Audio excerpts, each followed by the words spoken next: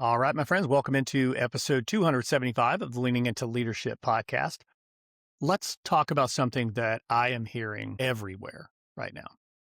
So school leaders walk into classrooms and frequently what they're seeing is this. Students totally dialed into their devices. Their heads are focused right on those screens.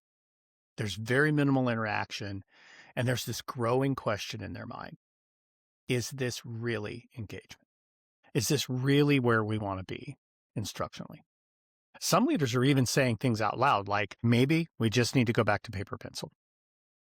But what if the issue isn't the tool?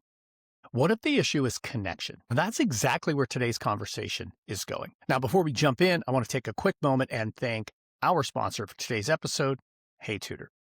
Because here's the reality. When engagement is low, it's not just a classroom issue. It becomes an academic support issue.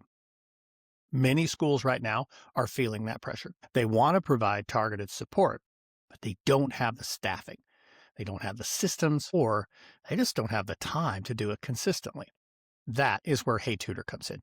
Hey Tutor delivers high-dosage tutoring in math and English language arts, both in person and online, with trained tutors who integrate directly into your school system.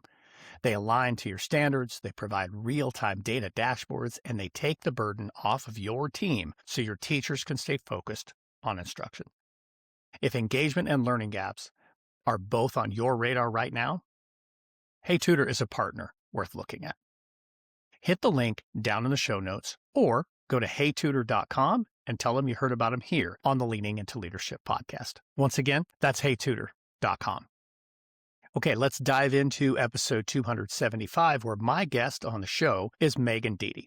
Now, Meg is an instructional expert. She is a former classroom teacher and someone who is doing absolutely incredible work helping educators rethink engagement, and not from a compliance perspective, but from a connection perspective. And I will tell you, this conversation goes deeper than most because Meg and I aren't just talking about strategies. We're talking about what engagement actually looks like, why so many classrooms are missing it, and what leaders can do to create the conditions where both teachers and students thrive. Let's get into it with Megan Diede. I'll see you on the other side. All right, everybody, welcome back into the show. Joining me on the show today, Megan Diede. I'm so excited to have this conversation. Meg, welcome into Leaning into Leadership. Hey, thank you, Darrin, for having me. I'm very excited about our conversation today. Yeah, absolutely. So, I was having this conversation. You and I talked about this a little bit before we hit the record button, but one of the schools that I support, we were doing some walkthroughs not long ago, myself and a few of their administrators. And one of the building administrators is actually the building principal. After we stepped out of about the fourth or fifth room in a row where kids were just kind of glazed over on their Chromebooks, he said something like, I'm just ready to go back to paper pencil. We've got to see more engagement. And I totally understood that. I've heard it in some other places, not just the tech piece, but everyone I talk to right now is talking about how do we increase authentic engagement in the classroom, right? And so that's something I hope we can get to today. Maybe just real quick before we start running after that, Meg, just tell my listeners, our viewers on YouTube, just a little bit about you so they have a little bit of a grounding in our conversation. Absolutely, Darrin. Well, I'm Megan Diede. I have spent the last 15 years as a classroom educator. I taught second and third grade, absolutely loved it. Didn't really go after that principal type role. I really loved being the leader in the classroom and helping my teams. In recent, I just left the classroom in May and now speak full-time, helping educators all over the nation do exactly kind of what we're going to talk about today, is that authentic engagement and small shifts in your instruction. I live in a little town in Wyoming. I also Go have 4 Pokes. kids. Yeah, go Pokes. I have 4 children, 3 boys and a little girl. Yes, the little girl is the last one, and she is not spoiled. She is loved. So aside from learning all of the kid stuff at school, I'm also learning what it's like to have a high school student and a elementary student under my roof and how that works out. So for the record, you could have just said I'm from Wyoming and left out the small town because that's all there is in That's my right. home state. Yeah. But nonetheless, and actually you're from a bigger small town in Wyoming but This is it's a small town basically everywhere else. So let's go right at something that I just said. You mentioned it before we hit record. I just mentioned it with the administrator I was talking about, who's like, I am just ready to go back to paper and pencil. I know a lot of the work that you do, the bulk of the work you do is about that engagement, the shifts in the classroom, that kind of stuff. But let's start with the school leader, because we have a ton of them listening right now. Are they wrong to think that? Are they wrong to have this knee-jerk reaction to throw the Chromebooks in the street and say, let's go back in time? I think if you've been in education long enough, we've all felt that pendulum swing, right? And we're like, well, we tried this so long ago and it didn't work, and we swing back. Having technology in our classrooms right now seems like a really huge shift that we've made and kind of like the only thing. I don't think we should take out tech at all. I don't think we should just strictly go to one thing or the other. I think technology has a very purposeful use in classrooms, but that's the word that I want to lean on, is that it's purposeful. I think back a while ago when technology was first getting introduced, we talked about the SAMR model. When you were using technology, you had to base it on this model of substitution all the way to redefinition. And you wanted to kind of play in this area of where it hits in your lesson. And I think we need to kind of go back to that mindset of, we don't need tech all the time, but we don't also need paper pencil all the time. There needs to be this integration that's purposeful for our instruction to get to our students. Yeah, I think that's very, very well said. I think certainly if what you're seeing as a school leader in the classroom is the technology is just a shortcut to not stand in front of the Xerox machine, then yes, you're probably right to say, yeah, we got to move on. If we're using fillable worksheets on the Chromebook, that's no different than just doing some simplistic, DOK level 1 worksheet. That's not what we're looking for. But I think you make a really good point. And I think those of us who've been around education for any period of time, that model that you referred to, and thinking about, not just simply having it as a substitute is really, really important. So if I'm a classroom educator and my administrator is coming in, what might be some things that I can share with my administrator? Because I know a lot of administrators are struggling with this right now. So let's now shift it over to the classroom teacher real quick. I'm that classroom teacher and my administrator's coming in. I've got a great relationship with my administrator. They're not just coming to tell me you need to do this. They're coming and asking like what's working, what's not working. What might be some things that teachers should be sharing back to administrators who are kind of stuck on this teeter point? Yeah. And, I think a big part of it is that, we have required curriculum that we have to teach. We have standards that we have to meet, and it becomes a coverage problem, right? We have to cover everything. We have to get it all in.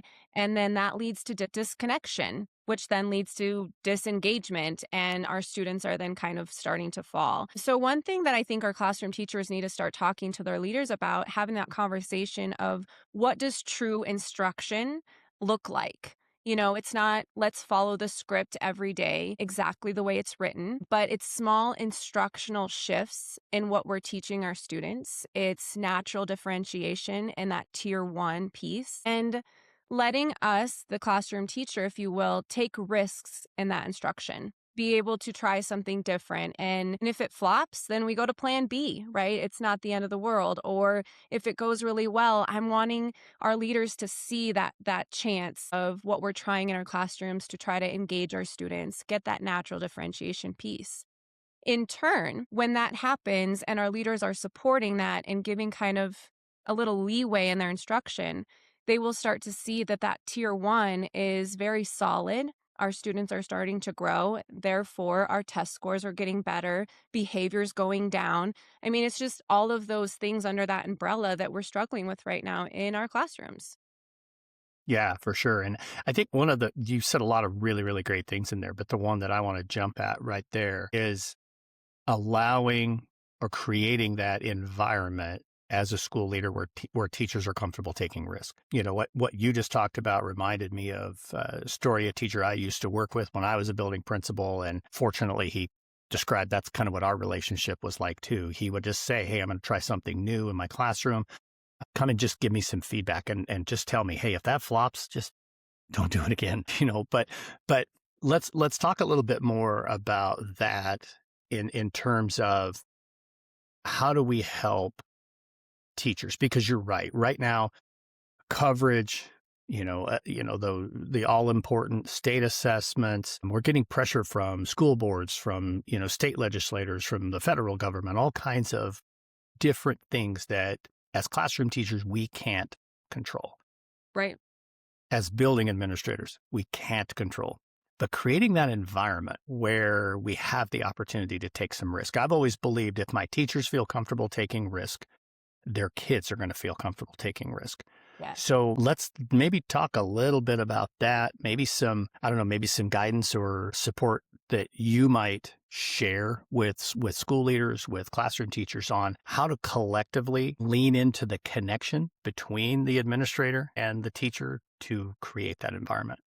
Oh, I love a couple of things. First of all, Darren, you are right. We can only control what we have control over. We don't have control over things coming down from as a classroom teacher. We don't have control of what our leaders' decisions have to be and so forth. Our leaders and what's above that, it's out of our control. So what do we do next? The second thing you did is what's the connection between? And that is the heart and soul of my work is connection and purpose. And to give a definition in connection as it relates to what I talk about, it's the intentional bridge between people and purpose in education. It's beyond building relationships, right? I need to make connections with my teams. I need to make connections with my students, and I need to make connections with the content. And when those three pillars come together, that's where we start to see this amazing results of happy teachers, right? Ecstatic leaders, and our students are starting to grow. And it just is just this amazing place to be and to work in. So, how do you build that connection between the leader and the teacher so that those things can start happening? And that's where the teams comes into play. When I first started teaching, quick story on this. I started in my new school. I was a third year teacher, and I joined a team with a veteran teacher and a brand new teacher. When we got together, we were very excited. We're coming with new perspectives, new ideas, and we thought this is going to be it. The veteran teacher was kind of the approach of a la carte. I'm going to pick what I can from the curriculum, sprinkle in a little bit of this, do some of that. And that was kind of her style, right? She could teach a math lesson on fractions and miss the parts that she didn't really want to teach, but yet still get across to her students, right? The new teacher took a different approach. She needed this very follow the script curriculum. She needed to be this next step, black and white, just to kind of get through it, if you will. And then there was me. I was kind of a little bit of both worlds. I wanted to follow this, but I wanted to have my own authenticity in it. And what we found was with our team, we started to have this disconnection. It was disconnection because our teaching styles were so very different. It wasn't until about halfway through the year that the veteran teacher walked into our PLC meeting and she sat down, a coconut and a hammer right in the middle of the table. And we just looked at her Okay. like, what is this? And she said, so a student brought this in today for snack, and I'm supposed to open it for her before they get back from specials. In that moment, we connected.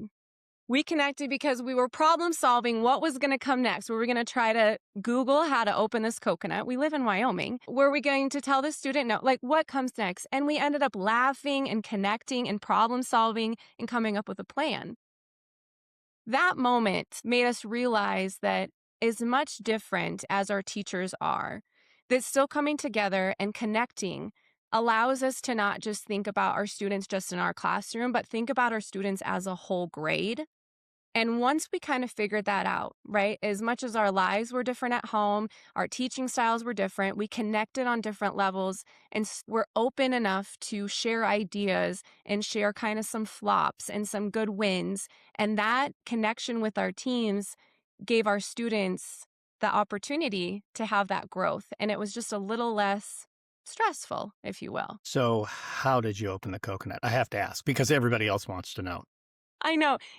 I would love to say that there was a little bit of attempt with a small hammer that was brought to school, but unsuccessful nonetheless. So she got a snack out of the snack bag instead. But it was a great story All right. nonetheless.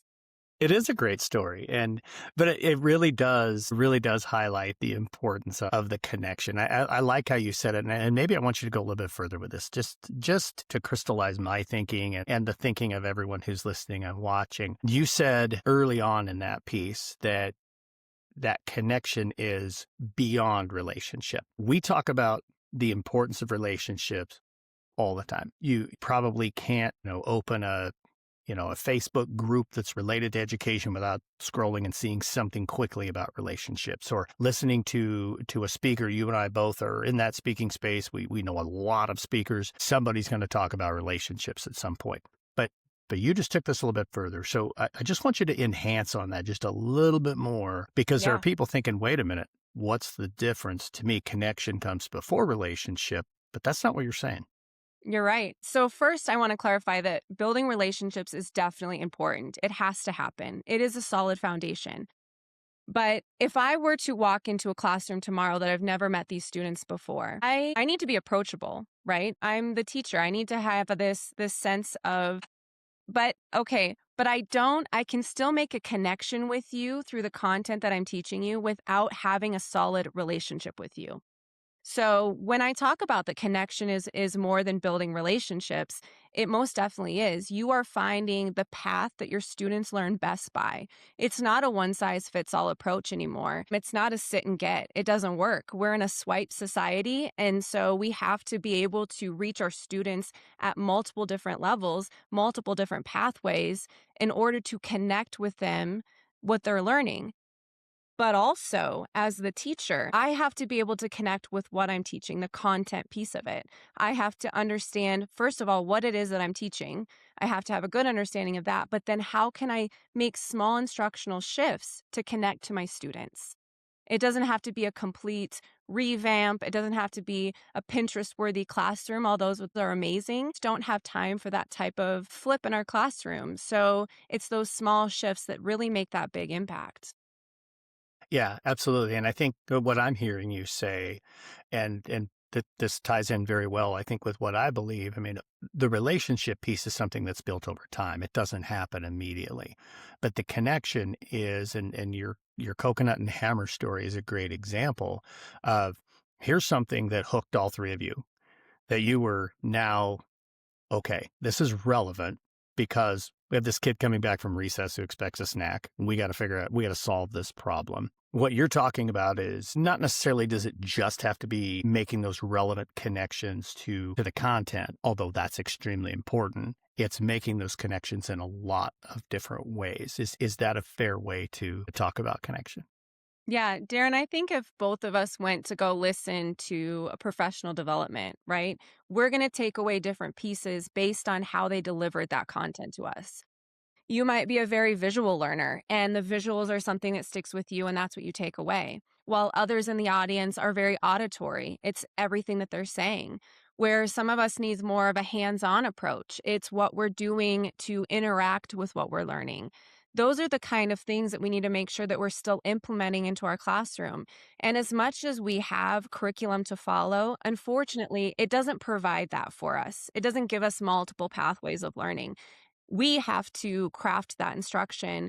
And for our leaders that are listening, how do we get our teachers to do that, who are afraid to take risk, who are afraid of getting it covered, all that, the content? And what it looks like is showing them how to make small shifts in that content that they're teaching to reach their students. And then everything gets covered and all the students get all the learning.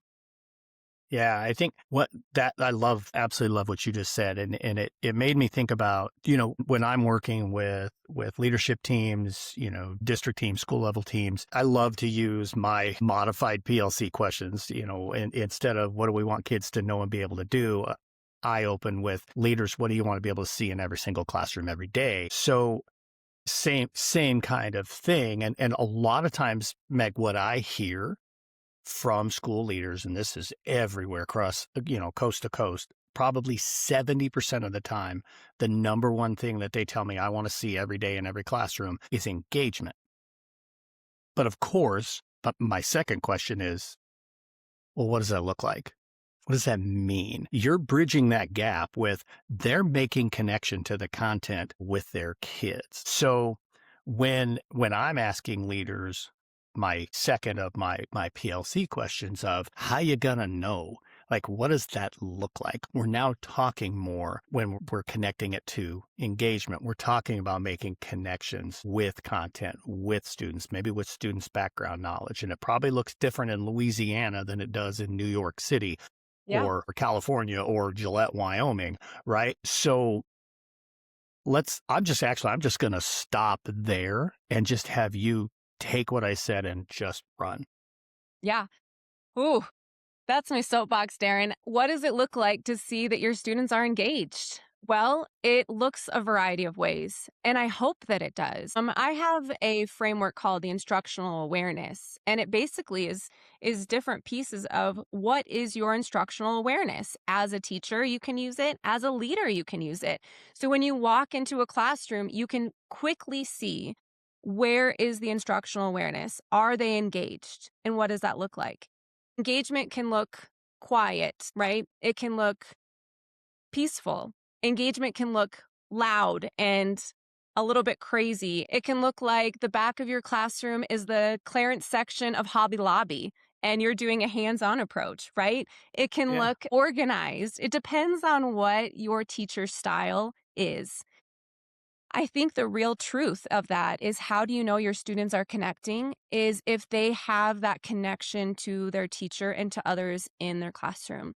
If you just step in and you take 5 minutes, you'll be able to see if students are connecting to what they're learning. If you stop and ask a student, "What are you doing right now and why are you doing it?" They'll be able to answer in their own authentic way, not just an "I can" statement. So, what it looks like is just about anything and everything. Disconnection is behavior problems, students feeling unconnected with, maybe it's too advanced, right? Or maybe they're not challenged enough. Maybe they're not connecting because they don't understand. And so when it comes to behaviors of our students, we're asking ourselves, what is this behavior showing us about their connection to what they're learning? Not necessarily, we're having all these kids coming in from different backgrounds, different ways in the morning that they got there. And it's our job to bring all these different learning styles together. And the only way to truly do that is give them multiple pathways of learning through connection. And so as leaders, you have to just kind of open your eyes and realize that it's not a one size fits all approach for our teachers.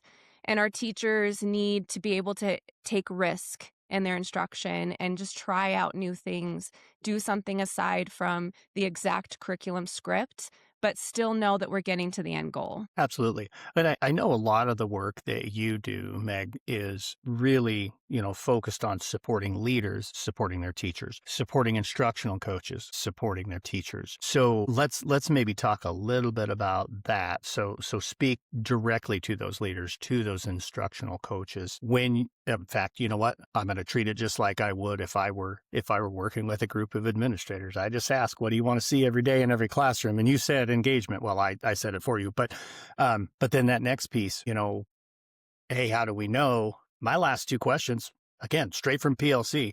What do you do when they're doing it? What do you do when they're not doing it? So let's talk about that coaching that you provide for administrators and for instructional coaches to help teachers go from struggling to make those connections to really thriving in those connections. Yeah, absolutely. So how we go about this is I love this long-term consulting idea. It's not a one and done situation. So in order to get our teachers kind of in this mindset, we have to have a good relationship together with the instructional coach and the leaders. We sit down and we look at what are your non-negotiables? What curriculum are you using? What tests do you have for your schools? What are your goals? What are your goals for your teachers and what are your goals for your students and how are we going to get there? Through that, I work with educators, the leaders to set those goals throughout the year. I come in and do a lot of consulting work with our teachers, we sit down with your curriculum and we're building those small instructional shifts. I really love to go into classrooms and show you what it could look like, right? We're team teaching. We're sitting down with that instructional coach and our teachers and planning out that teaching lesson, those units, and how we can really make those shifts in our instruction for our teachers. A big part of this too is those drop-in pieces. I drop in with leaders via Zoom and we're checking in. We're making sure that it's going in the right direction and what little shifts do we have to make in order for our teachers to really get to that next step also.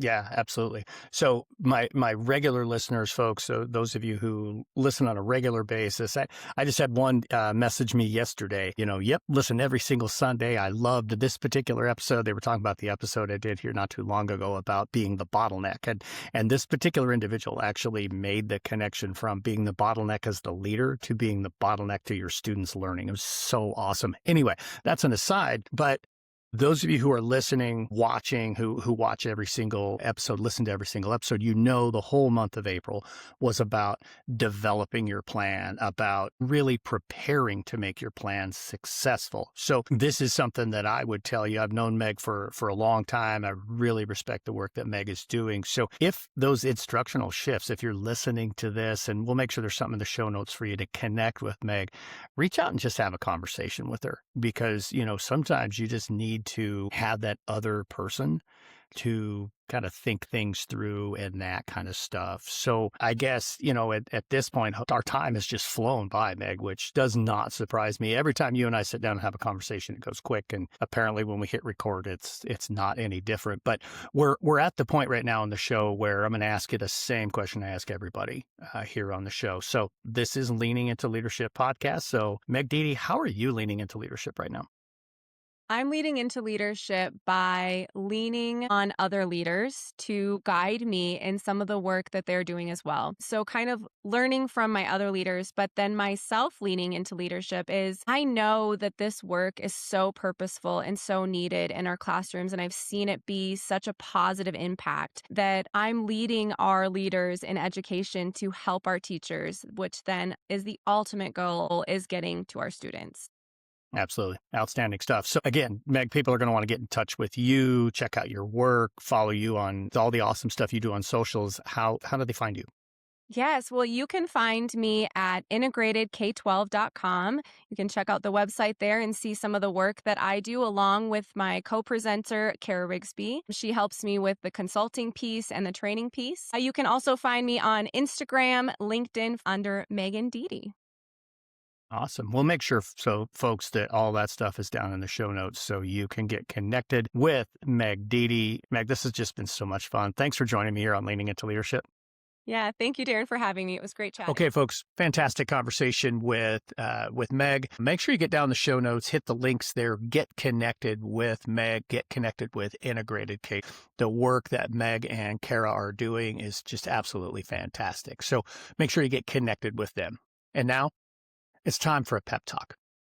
So in today's pep talk, let's just expand a little bit more of what Meg was talking about in terms of the importance and the power of connection. And I want to take this specifically from a leadership perspective. And I want to challenge you. Now we're at the very beginning of May. You've got a couple of weeks left, maybe got a month and a half left, depending on where you are and when you're listening to this episode. And the challenge I want to give you is be intentional about connection. As a school leader, as a district leader, even as a leader in the corporate or nonprofit world, you can't lead from your office. And there are certain times of the year, there are certain seasons where it's very difficult to get out of the office, but you've got to be intentional. You've got to make it a priority, put it on your calendar, and get yourself out where the action is. Have some simple conversations. Ask simple questions of individuals. Don't worry about giving feedback or trying to improve something. Just simply focus on making the connection. Ask a student, hey, tell me what makes a great day at school. Ask a teacher, hey, how did you feel that lesson went? Or what were some things you felt really good about? Or even just simply, hey, did you try a good pizza place this week? I'm trying to find another one. Just make the effort, get out there, be intentional with those connections, because those are the things that truly make a difference. That human connection is super, powerful. So that's my challenge for you today on the Pep Talk. As always, thanks for listening. Make sure you rate, review, and subscribe. Certainly share this podcast with somebody else who might enjoy this content because, folks, the more that you share, the more that you rate, review, and subscribe, the more we drive the algorithm to get more and more people checking out Leaning into Leadership. Get out there, folks, and have a road to awesome week.